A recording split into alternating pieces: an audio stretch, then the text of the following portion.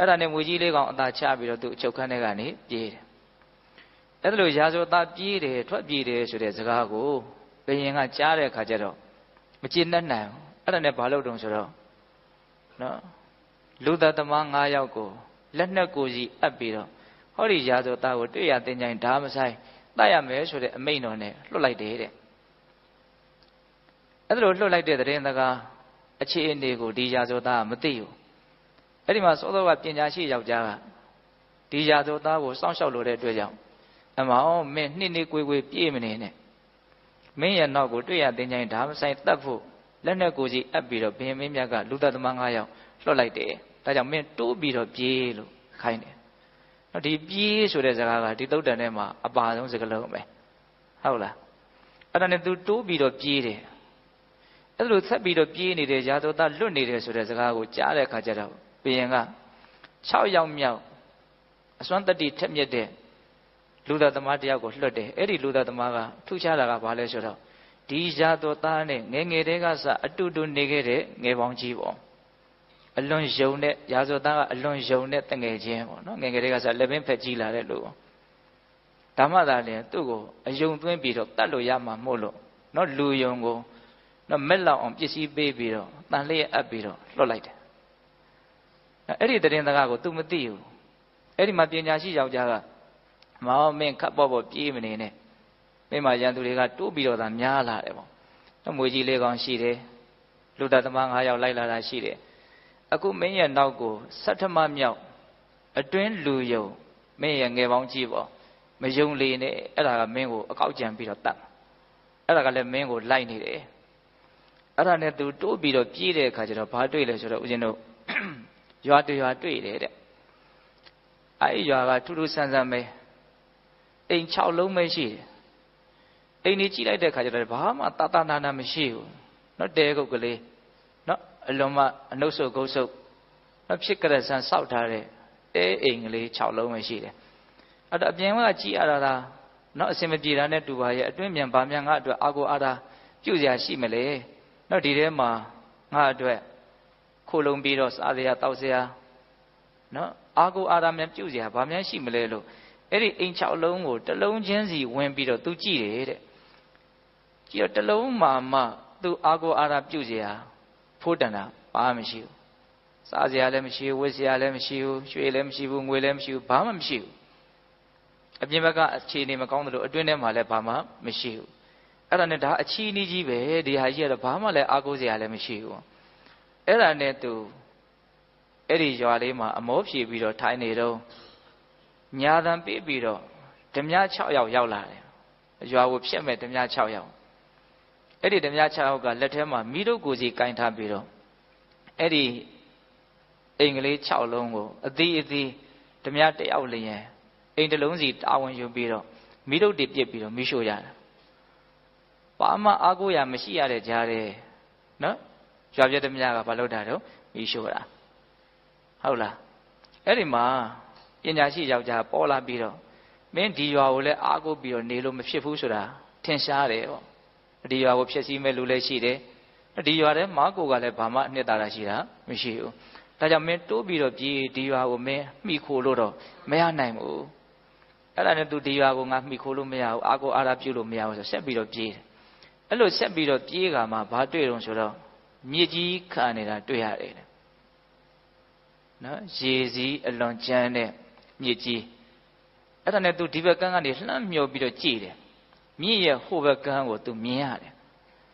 မြစ်စည်းနေတယ်ဆိုမှတော့နော်ဒီဘက်ကန်းဆိုတာရှိမယ်ဟိုဘက်ကန်းဆိုတာလည်းရှိမယ်ဟုတ်တယ်မဟုတ်လားနော်ရေပြင်တစ်ခုရှိပြီဆိုလို့ရှိရင်ဟိုဘက်ကန်းဒီဘက်ကန်းကတော့ရှိစမြဲပေါ့နော်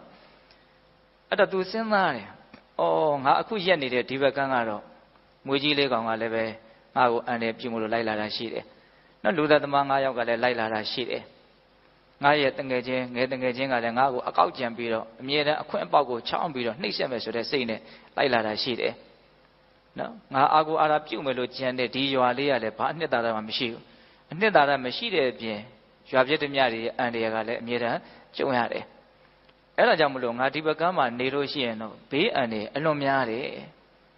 ဒါကြောင့်ငါဒီရေပြင်ကိုကူးပြီးတော့ငါဘေးကင်းတဲ့ဟိုဘက်ကမ်းကိုလွတ်အောင်ပြေးမယ် အဲ့လိုဆိုလို့ရှိရင်ဟိုဘက်ကဟာဒီကရှင်ဘုရင်ရဲ့အာဏာစက်လွတ်တဲ့တနည်းအားဖြင့်ဒီရှင်ဘုရင်ပိုင်တဲ့နယ်မြေမဟုတ်ဘူးပေါ့နော်အဲ့တော့ဒီမြစ်ကိုသာကူးပြီးပြီဆိုလို့ရှိရင်တော့သူဘာမှစိတ်ပူစရာမလိုတော့ဘူးပေါ့နော်ဟိုဘက်ကရောက်ရင်သူဘေးအေးဘေးကင်းမယ်ပေါ့အဲ့ဒါနဲ့သူဘယ်ကနေကူးအပ်ပါမလို့ဒီမြစ်ကိုသူကူးရမယ့်နေရာကိုရှာတယ်မင်းကွန်းဆရာဘုရားကြီးပြောသလိုပြောရမယ်ဆိုရင်တော့နောက်ဒီသုတ်တံကိုဆရာဘုရားကြီးဟောတာရှိတယ်အဲ့ဒါဦးဇင်းတို့ခန့်ငယ်ငယ်တည်းကစအလွန်သဘောကျတယ်တရားတွေများရှိမလားလို့ကြည့်တယ်မရှိဘူးလှေရှိမလားလို့ကြည့်တယ်မရှိဘူးအဲ့ဒါနဲ့ဘာလုပ်ရအောင်ဆိုတော့ဖြစ်ကတဲ့ဇန်းနဲ့နော်ထင်းချောက်ကလေးတွေ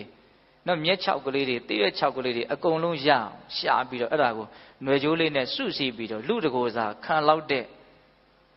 နော်ဘယ်လိုပြောမလို့ဖြစ်ကြတဲ့ဇံဖောင်ကလေးတစ်ခုပေါ့နော်ဟုတ်လားအဲ့ဒါလေးရသလောက်ဖွဲ့ပြီးတော့တက်ထိုင်ဖို့တောင်မလွယ်ဘူးအဲ့ဒါလေးပေါ့အားရမှောက်ပြီးတော့ခြေထောက်နဲ့လက်နဲ့ရက်ပြီးတော့ကူသွားတယ်သူတယောက်စားအဲ့ဒါဟိုဘက်ကန်းရောက်ပြီးဆိုတော့ဒီဖောင်ကိုဘာလုပ်ထားမလို့ပြစ်ထားခဲ့ရမှာပေါ့ဟိုဘက်ကန်းကိုဒီဖောင်ကြီးကိုတည်သွားလို့ရမလားမရဘူးနော်အဲ့ဒါဟိုဘက်ကန်းရောက်ပြီးဆိုတော့မှအခုမှပဲငါစိတ်ချလက်ချနော်အသက်ရှင်တန်ခွင့်ရတော့တယ်ဟိုဘက်ကန်းကတော့ဘေးတွေကြီးပဲအဲ့ဒါမြတ်စွာဘုရားပေးတဲ့ဥပမာနော်ဆိုလိုချင်းအ내အဓိပ္ပာယ်ကိုပို့ပြီးတော့ပေါ်ပေါ်လွင်လွင်ထင်ရှားရှားသိဖို့မြင်ဖို့အတွက်မြတ်စွာဘုရားကဥပမာပေးတာနော်ဒါတွေကအဓိကဆိုလိုချင်းအချက်မဟုတ်ဘူးအဲ့တော့သူတို့ရဲ့တကယ်ဆိုလိုချင်းအဓိပ္ပာယ်ကဘာလဲဒါကိုအရင်တို့မင်းကွန်းဆရာဘုရားကြီးကဥပမာနဲ့ဥပမေယတွဲပြီးတော့သူလင်္ကာလေးရေးတယ်နော်တချို့နော်တရားနာတာကိုဝါဒနာပါကြတဲ့ပုံကိုယ်တွေဆိုရင်ရှားကောင်းရလိမ့်မယ်ဟုတ်လားကမင်းတရားလူခိုးသားကိုသုံးပါးဝတ်နှောင်ဘဝထောင်၌လေးကောင်ဓာတ်မွေနှင်းအပ်ပေ၏နော်ကမင်းတရားလူခိုးသားကိုသုံးပါးဝတ်နှောင်ဘဝထောင်၌လေးကောင်ဓာတ်မွေနှင်းအပ်ပေ၏ဆိုတော့ကအပြစ်ဒဏ်ပေးတဲ့ဘယင်ဆိုတာဘာလဲဆိုတော့ကံတရားလို့ပြောတယ်နော်ကမင်းတရားလူခိုးသားကိုနော်ပြေးရတဲ့ခိုးသားအဲ့ဒါဘာလဲလို့မေးရင်တတ္တဝါတွေပဲတနည်းအားဖြင့်ဘဝတန်တရားဝိဒုက္ခကလွတ်မြောက်လိုကြတဲ့နောက်တခါဓမ္မတို့ဦးဇင်းတို့တွေကိုရည်ညွှန်းတာပေါ့နော်ကံမင်းတရားလူခိုးသားကိုသုံးပါးဝတ်နှောင်ဘဝထောင်၌နော်ဒီဘဝဆိုတာဒီဘဝတန်တရားဆိုတာဘာလဲလို့မေးရင်ထောင်ကြီးပေါ့နော်ဒီအချုပ်ထောင်ကြီးသုံးပါးဝတ်နှောင်ဘဝထောင်၌လေးကောင်ဓာတ်မွေနှင်းအပ်ပေ၏နော်အလွန်အစိတ်ပြင်းတဲ့ဥက္ကတေဇာဂောရဝေတာနော်ထက်တဲ့တကူရှိတဲ့ကျန်းထမ်းတဲ့အစိတ်ရှိတဲ့စတ္တာတော်အတေဝိတာနော်လေးကောင်သောမွေဆိုတာဘာကိုပြောတာလဲဆိုတော့ပထဝီအာဘောတေဇောဝါရောတက်ကြီးလေးပါကိုပြောတာတဲ့နော်တရားဓမ္မတို့ဦးဇင်းတို့စပယ်မွေးစားခြေဘွားဆုံးဒီမြင်နေရတဲ့ကိုယ်ကောင်ကြီးဟာနော်တက်ကြီးလေးပါနဲ့တိဆောက်ထားတာပေါ့နော်တက်ကြီးလေးပါဆိုတာကိုလည်းပဲကိုယ်ပိုင်ဉာဏ်နဲ့သိဖို့တော့လိုတယ်ဆိုကြပါစို့ကိုယ်ခန္ဓာကိုယ်စမ်းကြည့်မယ်ဆိုရင်မာတဲ့သဘောပြော့တဲ့သဘောကြမ်းတဲ့သဘောနှုတ်တဲ့သဘောတစ်ခုခုတော့တွေ့ရမှာနော်အယိုးလိုနေရာမျိုးကိုစမ်းကြည့်မိမယ်ဆိုရင်မာမယ်ပေါ့ဟုတ်လားနော်အသားများတဲ့နေရာမျိုးကိုစမ်းကြည့်မိမယ်ဆိုရင်ပြော့မယ်ပေါ့နော်ဒီသဘာဝဟာတကယ်တမ်းကမျက်စိနဲ့ကြည့်လို့လည်းမြင်ရတာမဟုတ်ဘူးလက်နဲ့ကင်ပြလို့ရတာလည်းမဟုတ်ဘူးထိကြည့်မှသာလည်းသိနိုင်တာသဘာဝလေးသဘောလေးအလွန်နူးညံ့သိမ့်ဝင်နော်ပထမထတရားဆိုတာမျက်စိနဲ့ကြည့်လို့လည်းမမြင်ရဘူးလက်နဲ့ကင်ပြလို့လည်းမရဘူးဒါပေမဲ့ဘယ်လိုလုပ်သိနိုင်တော့ထိကြည့်ရင်တော့သိနိုင်တယ်နော်မာတယ်ပျော့တယ်နှုတ်တယ်ကြမ်းတယ်ဆိုတာသိနိုင်တယ်အဲ့ဒီသဘောလေးကိုဘာလို့ခေါ်တော့ပထဝီလို့ခေါ်တယ်ဟုတ်လားပြီးတော့ဦးဇင်းတို့နော်ယူစည်းတဲ့သဘောဖွဲ့စည်းတဲ့သဘောဒါလေးကနောက်ကြမှာပြောမယ်နော်စမ်းကြည့်မယ်ဆိုလို့ရှိရင်ပူတဲ့သဘောနှွေးတဲ့သဘောအေးတဲ့သဘောတစ်ခုခုမသိနိုင်ဘူးလားသိနိုင်တယ်အဲ့ဒါပါလေတေဇောဒါလည်းမျက်စိနဲ့မြင်ရဘူးနော်ဟုတ်တယ်မဟုတ်လားပြီးတော့ပါလေဝါရောနော်တွန်းကန်တဲ့သဘောလှုပ်ရှားတဲ့သဘောတစ်ခုခုကိုဖိလိုက်ပြီးဆိုရင် तू ပြန်ပြီးတော့ကန်းနေတာလေးရှိတယ်သိလို့ရရင်နော်ဟုတ်တယ်မဟုတ်လားလှုပ်နေတယ်မငြိမ်ဘူးနော်ဒီသဘောသိလို့ရတယ်အလွန်နူးညံ့ပါတယ်ဒါလေးတွေကဓာတ်တဘာဝသိဖို့ဆိုတာပင်ကိုဉာဏ်ရှိဖို့လိုတယ်အကောင်ထဲပုံသဏ္ဍာန်ပြည့်ညက်လုံးဝမရောနဲ့ဘလို့ပုံလေးဆိုရင်အဲ့ဒါမဟုတ်ဟုတ်လားသဘောလေးပဲပုံသဏ္ဍာန်ပြည့်ညက်မရှိဘူးစိတ်နဲ့ပဲသိလို့ရတယ်နော်အဲ့ထိကြည့်မယ်ဆိုလို့ရှိရင်ခုနပြောတဲ့နှုတ်တဲ့ကျန်းတဲ့သဘောမှားတဲ့ပြောတဲ့သဘောဥတဲ့နှွေးတဲ့သဘောအခုပြောနေတယ်ပါလေ တွန်းကန်တဲ့သဘောလှုပ်ရှားတဲ့သဘောရှိတယ်ဒီအာဘောဆိုတဲ့ရေသဘောကသိဖို့အရန်ခက်တယ်နော်သူကဘာလဲဖွဲ့စည်းထားတဲ့သဘောယိုကျတဲ့သဘောဟုတ်လားအဲ့တော့ဒီအမာခံတက်ကြီးလေးပါးနဲ့တရားဓမ္မတို့ဦးဇင်းတို့ရဲ့ခန္ဓာဘာလို့ထားတော့တိဆောက်ထားတာအဲ့ဒါကိုမြတ်စွာဘုရားကမွေကြီးလေးကောင်လို့ဥမာပေးတယ်ဟုတ်လားဆိုလိုတာကမွေကြီးလေးကောင်တကောင်ကောင်ကအမျက်ထွက်ပြီးတော့ကြိုက်မယ်ဆိုလို့ရှိရင်အဲ့ဒီအကြိုက်ခံရတဲ့လူဟာနော်သေကောင်ပေါင်းလဲဒုက္ခရောက်မယ်သို့မဟုတ်သေခြင်းလဲသေသွားမယ်နော်သူတို့သဘောကောင်းနေတဲ့အချိန်မှာတော့ဘာပြဿနာမှမရှိဘူးပေါ့နော်သူတို့အမျက်ထွက်လာပြီသူတို့စိတ်တိုင်းမကြတော့ဘူးဆိုတာနဲ့ပြဿနာတွေ့တော့တာပဲအဲ့ဒါလိုပဲဒီတက်ကြီးလေးပါးဟာညီညွတ်နေတယ်မျှတနေတယ်ဆိုရင်ပြဿနာမရှိဘူးနေရထိုင်ရတာချမ်းသာနေတယ်လို့တောင်ထင်ကြရတာကောင်းနေတာမညီညွတ်တော့ဘူးမမျှတတော့ဘူးတခုခုကဖောက်ပြန်လာပြီအစင်မပြေဖြစ်လာပြီပြောင်းလဲလာပြီဆိုတာနဲ့အကြီးအကျယ်ဒုက္ခရောက်တာပဲခုတရားဓမ္မတို့ဦးဇင်းတို့ဒီလိုလေးပြောဆိုပြီးတော့နားထောင်ပြီးတော့အစင်ပြေပြေနေနိုင်နေဆိုတာအဲ့ဒီမွေကြီးလေးကောင်ကနော်စိတ်မဖောက်သေးလို့အမျက်မထွက်သေးလို့တနည်းအားဖြင့်တက်ကြီးလေးပါညီညွတ်နေလို့မျှတနေလို့အမြဲတမ်းညီညွတ်မျှတနေမှာမဟုတ်ဘူးနော်တစ်ချိန်ချိန်မှာ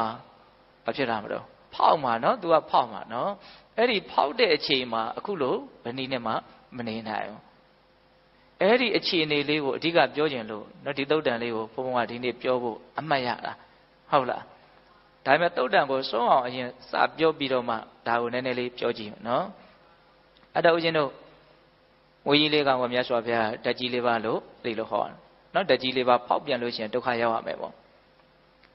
နောက်မြတ်စွာဘုရားကဒီမူကြီးလေးကောင်ကိုပေးလို့နော်ဒီရာဇဝသားထွက်ပြေးတယ်ဆိုတဲ့သတင်းကိုကြားတဲ့အခါမှာလူသက်သမား9ယောက်လွတ်တယ်လို့ဒါမဟုတ်ဘူးလားဟောတယ်နော်အဲ့တော့လူသက်သမား9ယောက်ဆိုတာဘာပြောတာတုံးဆိုတော့ဥပါဒာနဲ့ခန္ဓာ5ပါးကိုပြောတာအဲ့ဒီနေရာမှာဦးဇင်းတို့ခန္ဓာဆိုတဲ့ပါဠိစကားကပမာလို့အစုအဝေးလို့အဓိပ္ပာယ်ရတယ်နော်ဖောက်ပြန်တက်တဲ့သဘာဝတွေကိုရုပ်လို့ခေါ်တာနော်ဖောက်ပြန်တက်တာကိုရုပ်နော်အဲ့ဒီရုပ်တွေရဲ့အစုအဝေးကိုရုပ်ဘက်ခန္ဓာဖောက်ပြန်တက်တဲ့အစုအဝေးကြီးစပယ်မွေးစားခြေပွားဆုံးတစ်ကိုယ်လုံးမဖောက်ပြန်တက်တဲ့အရာဆိုတာနော်စံကြီးမင်းတမင်စားတောင်းမရှိဘူးပေါ့နော်ဖောက်ပြန်တက်တဲ့တရားရဲ့အစုအဝေးကြီးပဲနော်ဖောက်ပြန်တာကိုအထူးဆန်းမလုပ်ရဘူးပေါ့နော်ဒါပေမဲ့ကိုကဖောက်ပြန်နေတယ်လို့မသိတဲ့အခါကျတော့အရန်သိတာထင်ရှားစွာဖောက်ပြန်လာတဲ့အခါမှာအော်ဒါကြီးကဒီလိုဖြစ်တတ်တကူလို့အဲ့ဒီကြတော့မှပဲနော်ပြင်းထန်တဲ့ဖောက်ပြန်မှုကိုပြမှာပဲဖောက်ပြန်တဲ့မှန်သတိထားမိတာများတယ်ဒီတိုင်းသာသာလေးနေနေရင်တော့ဖောက်ပြန်တတ်တဲ့တရားလို့ကိုမသိဘူးဒါကြီးကဒီတိုင်းပဲအစဉ်ချောနေတယ်ပေါ့နော်ဟုတ်လားသဘောပေါက်ဖို့လိုတယ်ဟုတ်လားအေးအဲ့တော့အဲ့လိုဖောက်ပြန်တတ်တဲ့အစုအဝေးကြီးကိုယူဘက်ခန္ဓာအဲ့ဒီအစုအဝေးကြီးကိုအမိပြုတ်ပြီးတော့ဖြစ်နေတဲ့ခံစားမှုရှိတယ်မှတ်သားမှုရှိတယ်နော်ကောင်းတယ်ထင်ရင်ကောင်းတယ်လို့တုံ့ပြန်မယ်မကောင်းဘူးထင်ရင်မကောင်းတယ်လို့တုံ့ပြန်မယ်ဆိုတဲ့သင်္ခါရရှိတယ်နော်သိမှုဝိညာဉ်ရှိတယ်ဒါနံအစုအဝေးကြီး၄ခုပေါ့နော်နံတရားရဲ့သဘောကရှုပ်ထွေးတဲ့အတွက်ကြောင့်မြတ်စွာဘုရားကအစုအဝေးကို၄မျိုးပိုင်းခြားပြီးတော့ဟောတယ်ဒါတွေကိုကိုယ့်ရဲ့ဉာဏ်ထဲမှာရှင်းရှင်းလင်းလင်းသိထားရမယ်ပေါ့နော်ပုဂ္ဂိုလ်တ attva သဘောမဟုတ်ဘူးငါဆိုတာမဟုတ်ဘူးသူဆိုတာမဟုတ်ဘူးဒီအစုအဝေးကြီး၅ခုစုထားတာပေါ့နော်စုထားတာကိုခန္ဓာလို့ပြောတာနော်ဟောပြန်တတ်တာစုထားတယ်အဲ့ဒီအစုအဝေးကြီးကိုအမိပြုတ်တော့ဖြစ်နေတဲ့နံအစုအဝေးကြီးက၄စုပေါ့နော်အေးအဲ့ဒီအစုအဝေးကြီး၅ခုတည်ဘာလဲလို့မေးရင်လူသားသမား9ယောက်လို့ဟောတယ်ဘာဖြစ်လို့လဲဆိုတော့ဘယ်သူကမှမတတ်ရဘဲနဲ့သူတို့သေးသေးနေတဲ့အတွက်ကြောင့်သူတို့ကိုလူသားသမားလို့ပြောတာဟုတ်လားစဉ်းစားကြည့်နော်ဘာပဲဖြစ်လာရုပ်ပဲဖြစ်ဖြစ်ဝေဒနာပဲဖြစ်ဖြစ်သင်ညာပဲဖြစ်ဖြစ်သင်္ခါရဝိညာဉ်ဘာပဲဖြစ်ဖြစ်နည်းနည်းလေးအချင်းချုပ်ပြောမယ်ဆိုရင်ရုပ်ပဲဖြစ်ဖြစ်နာမ်ပဲဖြစ်ဖြစ်ပေါ့ဖြစ်လာတဲ့သဘာဝတရားဟာဖြစ်ပြီးရင်မရှိတော့ဘူးဟုတ်လားဖြစ်ပြီးရင်မရှိတော့ဘူးเนาะဒီသဘာဝကိုကောင်းကောင်းနားလည်ရမယ်အဲ့ဒါမြတ်စွာဘုရားကလူသက်သမား9ယောက်ဆိုတာအဲ့ဒီအနေထားကိုရည်ညွှန်းပြီးတော့ဟောတာဟုတ်လားတစ်ချိန်ကြတော့ဒီလိုနဲ့ပဲပြီးသွားမှာပဲပျောက်သွားမှာနော်အဲ့လိုဆိုလို့ရှိရင်ဦးဇင်းတို့နော်လူသက်သမား9ယောက်လက်ကလည်းပဲလွတ်အောင်ပြေးနေတယ်ဆိုတဲ့သတင်းကိုကြားတဲ့အခါမှာနော်အတွင်းလူယုံလူသက်သမားကိုလွတ်တယ်လို့မဆိုဘူးလားဆိုတယ်အဲ့တော့အတွင်းလူယုံဆိုတာဘာပြောတာတော့နော်လင်္ကာလေးရွတ်ကြည့်မယ်နော်ကမေနယလူခိုးသားကိုသုံးပါးဝတ်နောင်ဘဝထောင်၌လေးကောင်တက်မွေနှင်းအပ်ပေ၏ပရမေဗုဒ္ဓမိတ်ကောင်းမှ၍ဘဝဝတ်နောင်မွေလေးကောင်မှလွတ်အောင်ယုံထွက်ပြေးပါလျက်လေ နော်ပညာရှိယောက်ျားကမင်းပြေးဒါအကောင်းမဟုတ်ဘူးလို့လာပြောတာရှိရနော်အဲ့ဒါကမြတ်စွာဘုရားကိုရည်ညွှန်းတာဟုတ်လားပရမေဗုဒ္ဓမိတ်ကောင်းမှပြီဘဝဝတ်နောက်မွေလေးကောင်မှလွတ်အောင်ယုံထွက်ပြေးပါလျက်လေးလက်နဲ့ကိုယ်စီဆွဲပိုက်ချီလျက်လောကီခန္ဓာ၅ပြားဟူသာသူတများနှင့်ဓမ္မကက္ခတတ်ခွင့်ရှာသည့်တဏှာခေါ်မှတွင်းလူတတ်တူနော်အတွင်းလူယုံသတ္တမမြောက်လူတတ်သမားဆိုတာတဏှာလောဘကိုပြောတာတဲ့နော်လောဘဆိုတာဒကာသမားတို့ဦးဇင်းတို့ရဲ့ဘောတန်တဲ့ရှောက်လုံးကစပေါင်းတင်ခဲ့တဲ့ငယ်ပေါင်းကြီးပေါ့ငယ်တငယ်ချင်းလူယုံပေါ့ဟုတ်လားသူပြောလို့ရှိရင်အကုန်လုံးယုံတယ်သူတတ်မယ်ဆိုတာကိုကိုမသိဘူးအဲ့တော့ဒီနေရာမှာလောဘကတတ္တဝါကိုဘလို့တတ်တယ်လဲဆိုတာလေးကိုစဉ်းစားတတ်ဖို့လိုတယ်လောဘကြီးလို့ဒီဘဝမှာမသေးသေးမဲနဲ့သေရတာအကျိုးမဲ့မဖြစ်သေးမဲနဲ့ဖြစ်တာဒါတွေကိုကြည့်မယ်ဆိုရင်တော့ဒီဘဝအရင်လောဘဟာနော်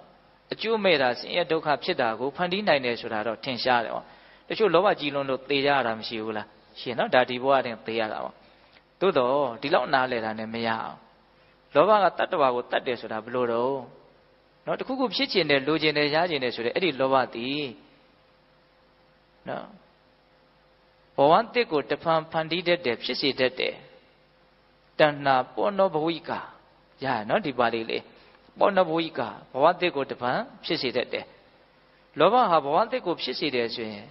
အဲ့ဒီသူဖြစ်စေတဲ့ဘဝကမတည်မဲ့ဘဝလားမဟုတ်ဟုတ်တယ်မဟုတ်လားနော်ဘဝတစ်ဖြစ်ခြင်းတည်ဖြတ်ပြီးတော့ပြောလိုက်ရလို့ရှိရင်ပါလေသေခြင်းလို့မဆိုနိုင်ဘူးလားဟုတ်လားသေမဲ့ဘဝကိုရတာ哦နော်ဒါကြောင့်ဒီဖြစ်လာတာကိုအားစပြီးတော့ဘာဖြစ်လာတာလဲလို့မေးရင်သေဖို့ဖြစ်လာတာဟုတ်လားဒါကြောင့်ပေးတော်ပေါင်းသူတော်ကောင်းတို့လောဘဒီတတ္တဝါကိုအသေးတက်တယ်ဆိုတာအဲ့ဒီအဆင့်ထိရောက်အောင်တွေးရရမှာသေတတ်တဲ့ဘဝကိုရစေတတ်လို့သူ့ကိုသေခြင်းရဲ့အကြောင်းလို့ဒီလိုနားလည်ရမှာနော်လောဘဖြစ်လို့ရှိရင်ဘဝရမယ်ဘဝရရင်သေရမယ်နော်ဒါကြောင့်ဒီလောဘကိုမြတ်စွာဘုရားကအတွင်းလူယုံလို့ဘာကြောင့်တင်စားပြောတာလဲဆိုသူပြောရင်ယုံတယ်ဟောတော့သူနဲ့ကိုယ်နဲ့အတူတူနေတာကြာပြီဘယ်လောက်ထိယုံတော့ဆိုရင်တသားတည်းလို့ကိုထင်တယ်သူ့ကိုလည်းကိုလို့ထင်တယ်ကိုကိုလည်းသူလို့ထင်တယ်ဟုတ်တယ်မဟုတ်လားနော်လောဘကနားချလိုက်လို့ရှိရင်ကြာမချဘူးနော်ဒါကြောင့်ပိဋကပေါင်းသူတော်ကောင်းတို့သတ္တမမြောက်အတွင်းလူယုံဆိုတာတဏှာလောဘကိုပြောတာလို့အဲ့လိုလေးနားလဲရမှာနော်တဏှာခေါ်မှတွင်းလူတတ်တို့ထက်ချက်မှာကွာကတ်လျက်ပါ၏ရွာပြက်ကြီးနယ်ရှေ့6သွယ်ကကိုးကွယ်မရစိတ်သုံးလာခဲ့နော်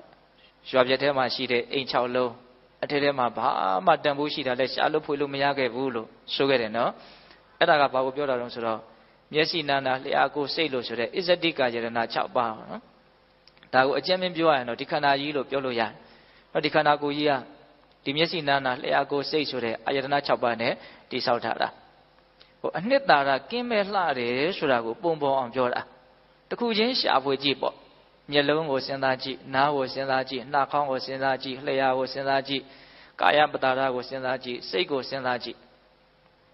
တကယ်တမ်းကဘဝမှာဒီ6မျိုးကိုဒကာဓမ္မတို့ဦးဇင်းတို့တွေကအရန်တန်ဖိုးထားပြီးတော့နေကြရတာနော်မင်းကွန်းဆိုကြီးပြောတာရှိတယ်အေးမင်းတခုခုအထိခိုက်ခံမလားဒါမှမဟုတ်မင်းမျက်လုံးအပြက်ခံမလားဆိုဒီပြဟာထိခိုက်ခြင်းထိခိုက်ပါစေမျက်လုံးလေးတော့မထိခိုက်ပါရစေနဲ့ဟုတ်လားမင်းနားမကြတော့ဘူးဆိုရင်ခံနိုင်မလားမရဘူးနားလည်းအထိမခံနိုင်ဘူးဟုတ်လားနှာခေါင်းအနံ့တွေမရတော့ဘူးအရသာမသိတော့ဘူးစိတ်ကူးနဲ့တော့မလွယ်ဘူးနော်သူတို့ကိုလုံးဝအထိခိုက်မခံနိုင်ဘူးအဲ့ဒါလေးကိုပဲအားပြုပြီးတော့ဘဝမှာနေတာဟုတ်တယ်မဟုတ်လား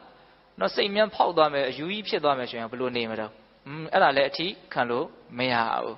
ဟုတ်လားအဲ့တော့အဲ့ဒီ6ပါးကိုဒကာသမားတို့ဦးဇင်းတို့ကအရန်အခိုင်အမာတန်ဖိုးအနေထားပြီးတော့ဖက်တွယ်ထားတာမရှိဘူးလားရှိရနော်အကြီးအကျယ်ရှိရနော်ဟုတ်လားအဲ့ဒါကိုမြတ်စွာဘုရားတခုချင်းစဉ်းစားကြည့်ရမယ်တဲ့သူထဲမှာတန်ဖိုးရှိတာတကယ်ဘာရှိလဲဩမျက်လုံးကိုလည်းစဉ်းစားကြည့်တန်ဖိုးရှိတာဘာရှိလဲဒီအယောင်အစင်းကိုတိတတ်တဲ့သဘောလေးပဲသို့တော့ဒါကိုပဲဒကာသမားတို့ဦးဇင်းတို့တွေကအနေကျလာတဲ့အခါကျတော့သူ့အပေါ်မှာကိုတန်ဖိုးထားတယ်မထားဘူးဆိုတာကိုတောင်မစဉ်းစားနိုင်တော့ဘဲနဲ့ဒါကိုပဲဘဝလုပ်ပြီးတော့နော်ဒီဟာကိုပဲအကြီးအကျယ်ဖက်တွယ်ပြီးတော့လုံးဝအဆုံးရှုံးမခံနိုင်မဲနဲ့နေကြတာပေါ့နော်အဲ့တော့ဦးဇင်းတို့သူ့ရဲ့တန်ဖိုးမဲ့တဲ့သဘောဆိုတာကတန်ဖိုးဆိုတာဘယ်လိုပြောမလဲခိုင်မြဲတာကိုတန်ဖိုးလို့ခေါ်တယ်ခိုင်မာတာကိုဟုတ်လား ကောင်းမွန်တာကိုတန်ဖိုးလို့ခေါ်တယ်ကိုယ်စိတ်တိုင်းညာဖြစ်တာနော်နောက်ပြီးတော့ဒီအတ္တသဘောပေါ့ဟုတ်လားအဲ့ဒီအတ္တသဘောကိုလည်းတန်ဖိုးလို့ခေါ်တယ်နေဆဒုက္ခအတ္တအဲ့ဒီသုံးမျိုးဟာတန်ဖိုးပဲနောက်ဆိုကြပါစို့ပစ္စည်းတစ်ခုသွားဝယ်တယ်ဒါကြီးကမင်းအိမ်ရောက်တာနဲ့ပြက်မှာကွာဘာမှမခိုင်ဘူးဆိုရင်ဝယ်ခဲ့မလားဘာလို့တော့မခိုင်မာတဲ့အတွက်ကြောင့်တန်ဖိုးမရှိဘူးလို့ပြောတာနော်ဒါကြီးကမင်းကိုနှိပ်စက်မှာဒါရောက်တဲ့ဆိုမင်းဆင်းရဲမှာပဲဆိုရင်ဟောတန်ဖိုးရှိမလားမရှိဘူးဒါကြီးကမင်းစိတ်တိုင်းကြဘာမှဖြစ်မှာမဟုတ်သူဖြစ်ချင်ရတယ်ရှောက်ဖြစ်မှာဗျံပရာပဲဆိုရင်ဟောတန်ဖိုးရှိမလားမရှိဘူးအဲ့လိုဆိုရင်ဘဝမှာတန်ဖိုးဆိုတာဘာလဲ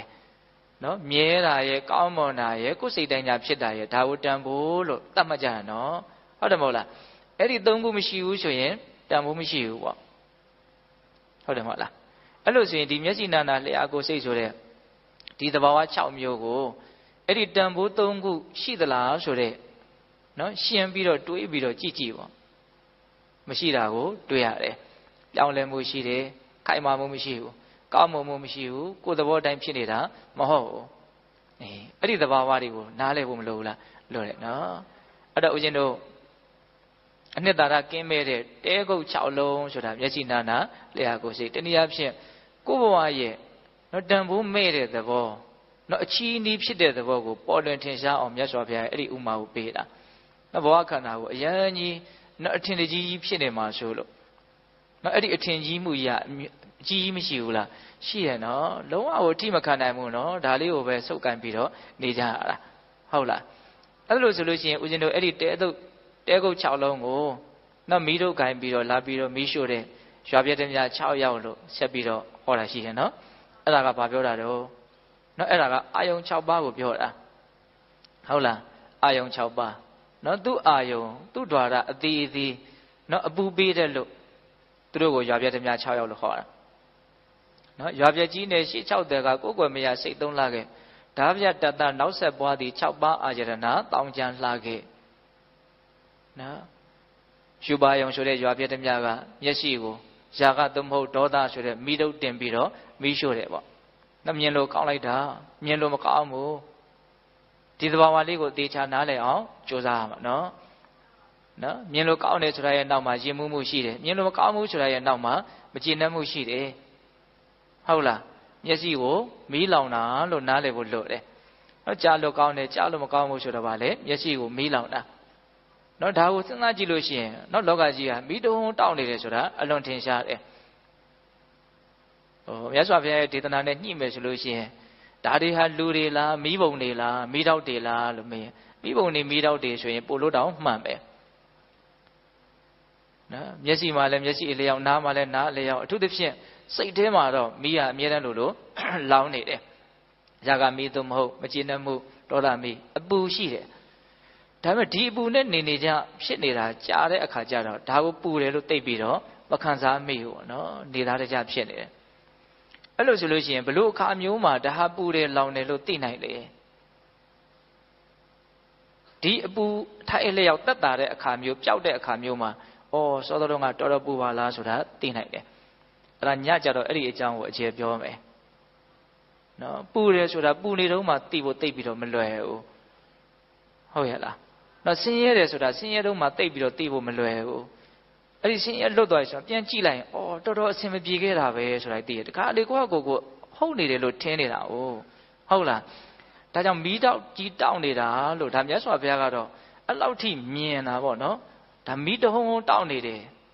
နော်တဘောအတ္တိပိတောလောကောတဘောလောကောဘဒုပိတောနော်အလျံတပြောင်ပြောင်တောက်လောင်နေတယ်ရဲရဲပြောင်ပြောင်တောက်လောင်နေတယ်အခိုးတစ်ချောင်းချောင်းထပြီးတော့တောက်လောင်နေတယ်အဲ့လိုတောင်ဟောတာ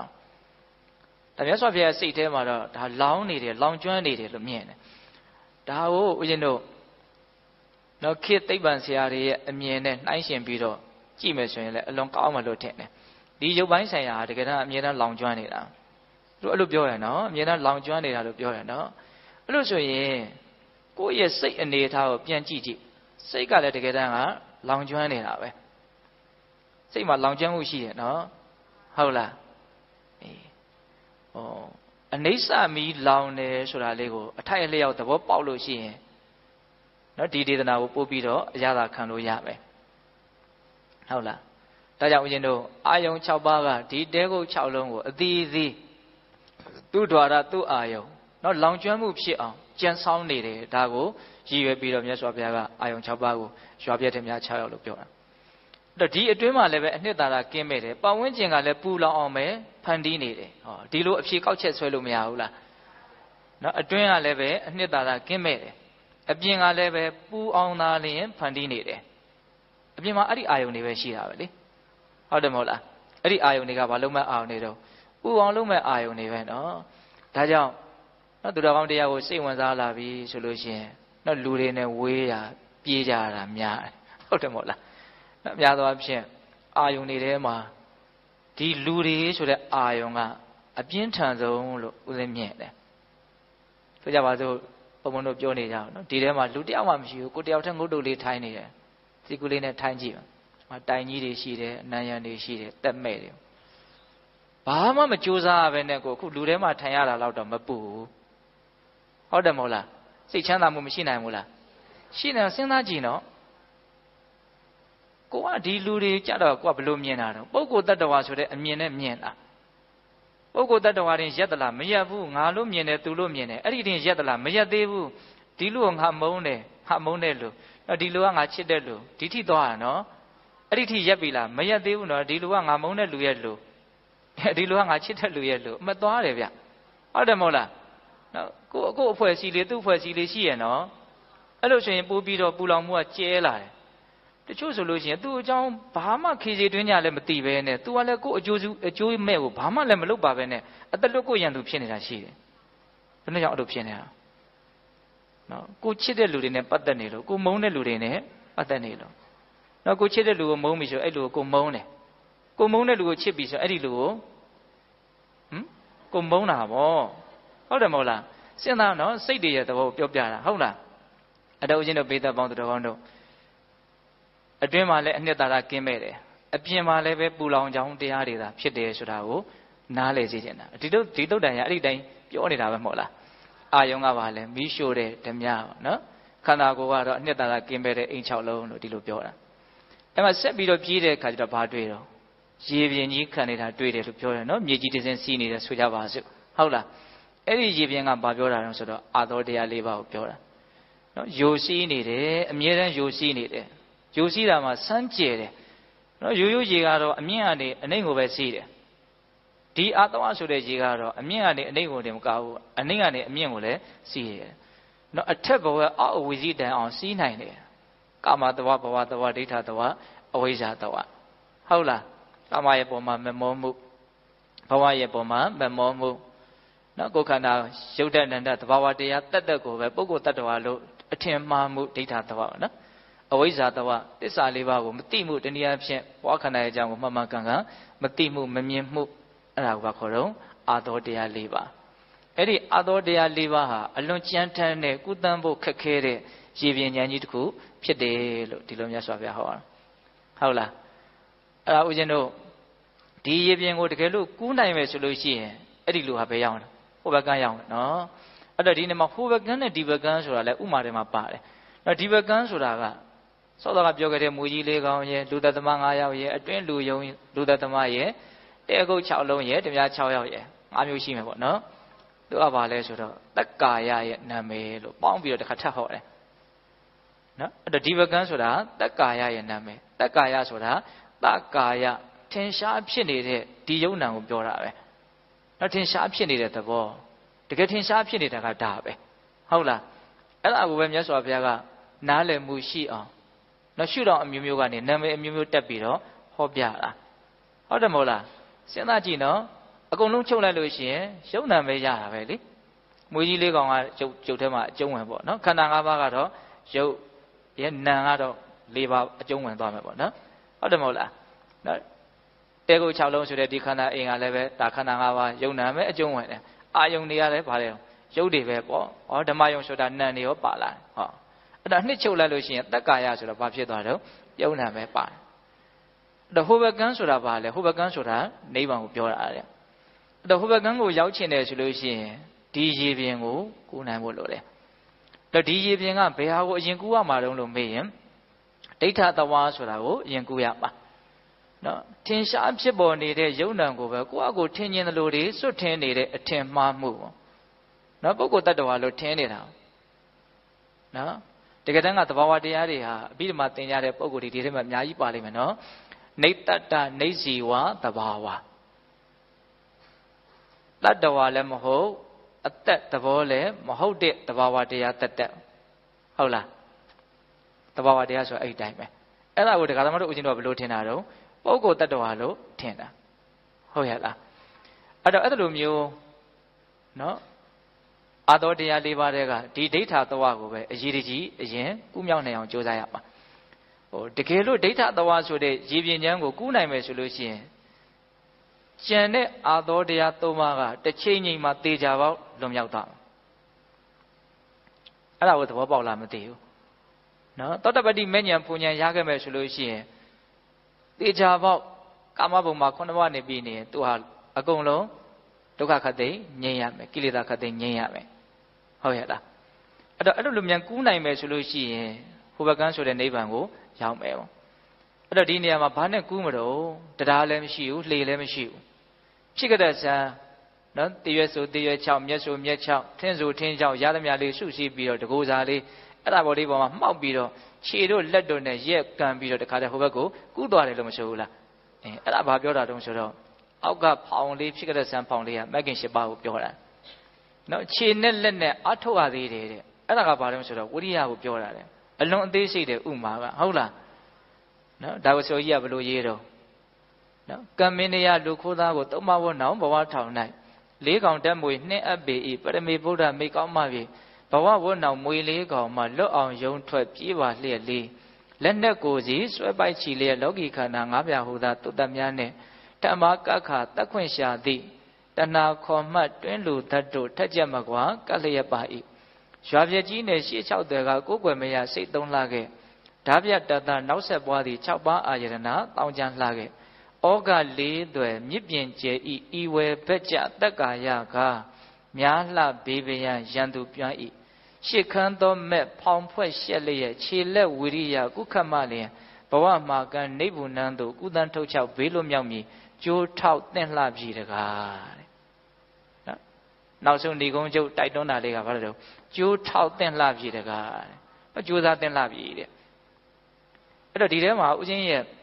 နော်စိတ်แท้ကိုနော်ကြိုးစားဖို့အတွက်တွန်းအားအပေးနိုင်ဆုံး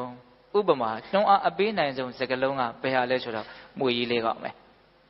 ဟုတ်လားဘာဖြစ်လို့လဲဆိုတော့အဲ့ဒီမွေကြီးလေးကောင်က तू အမျက်ထွက်ပြီးတကောင်ကောင်အမျက်ထွက်ပြီးဆိုတဲ့နဲ့ तू ဟာကြိုက်မှာပဲအခုအခြေအနေကနော်အမြဲတမ်းဒီတိုင်းဖြစ်နေမဲ့အခြေအနေလို့မျှော်မှန်းလို့မရအောင်နော်ဟုတ်တယ်မဟုတ်လားတစ်ချိန်ချိန်မှာ तू ကဘာဖြစ်မှာတော့အမျက်ထွက်မယ်အဲ့ဒီအနေအထားကိုကောင်းကောင်းတွေးရမယ်နော်မွေကြီးလေးကောင်သဘောကောင်းနေတုံးတာလဲတရားဓမ္မတို့အချင်းတို့ထိတိရောက်ရောက်အထုတ်လို့ရတာနော်တကောင်ကောင်ဖောက်ပြန်ပြီဆိုတာနဲ့မလွယ်တော့ဟုတ်လားအဖောက်ပြန်မဲနဲ့အမြဲနေမယ်ဆိုတာလည်းဘယ်လိုမှမဖြစ်နိုင်ဘူးတစ်ချိန်ချိန်မှာဖောက်ပြန်မယ်ဟုတ်လားစောတော်တောင်ဘုံဘုံစီကိုနော်ဒကမာကြီးတယောက်ရောက်လာနော်ကင်ဆာဖြစ်လို့ဒီလာပြီးတော့ဆေးကုတယ်နော်ကင်ဆာကအဆုတ်မှဖြစ်တာနော်အုံနောက်ထဲကိုနည်းနည်းရောက်နေတယ်လို့ပြောတယ်ဘယ်လောက်ဆိုတာတော့ဒါဘုံဘုံတို့တော့နားမလဲဘူးပေါ့နော်